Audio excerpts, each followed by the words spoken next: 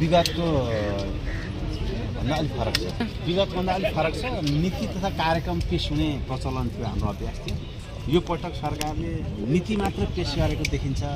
कुनै विषयवस्तु ठोस छैन, अमूर्त छ र आफूलाई जे लाग्छ त्यही गर्न मिल्ने गरी यो आज नीति कार्यक्रममा सामान्य राष्ट्रपतिले जो सम्बोधन गर्नुभएको छ, यो सरकारले जे गरिरहेको छ त्यो लेख्न नमिल्ने होइन, जे लेखेको छ त्यो नगर्ने भनेपछि आफूले विगतमा जे गरिरहेको छ त्यो कामको निरन्तरताको निम्ति आवश्यक पर्ने दस्तावेज पेश गरेको देखिन्छ। राष्ट्र जनता हितलाई केन्द्रमा राखेर अब सार्थक र परिणामकी नीति कार्यक्रम चाहिँ पेश भएको हामीले अनुभूति गर्दैनौँ।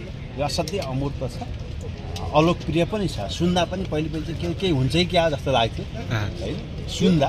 यो प्रतिपक्षमा बसेर एकचोटि तपाईँले हेरिदिनु होला, पढिदिनु होला। नीति कार्यक्रम चाहिँ अब आइहाल्छ, तपाईँले पढ्नु होला। यहाँले बुझ्नु होला पहिलेको कार्यक्रम पनि सुन्दा मजा आउँथ्यो, भले व्यवहारिक कार्यान्वयन प्रक्रियामा देखिहालिन्छ असाध्यै न्यून कार्यान्वयन हुन्थ्यो। यो पटक चाहिँ नीति कार्यक्रम सुन्दा पनि कहीँ मजा नआउने, कहीँ आशा नजाग्ने, कहीँ भरोसा नजाग्ने, पुरै अँध्यारोतिर चाहिँ अब जान लागेको अनुभूति हामीले गऱ्यौँ। अब बाँकी हजुरहरूले अध्ययन गरेर यसको पूर्व होइन यस्तो छ, बजेट कस्तो आउनुपर्छ भन्ने कुरा त हामीले भनिन्छ नि। अब दिनको झल्को बिहानबाट देखिन्छ भन्छ, नीति कार्यक्रम जस्तो आयो बजेट त्यस्तै आउँछ। अब बजेट कस्तो आउँछ भन्दाखेरि चाहिँ राष्ट्र र जनताको हितलाई केन्द्रमा राख्दैन, परिणाम के आउँदैन।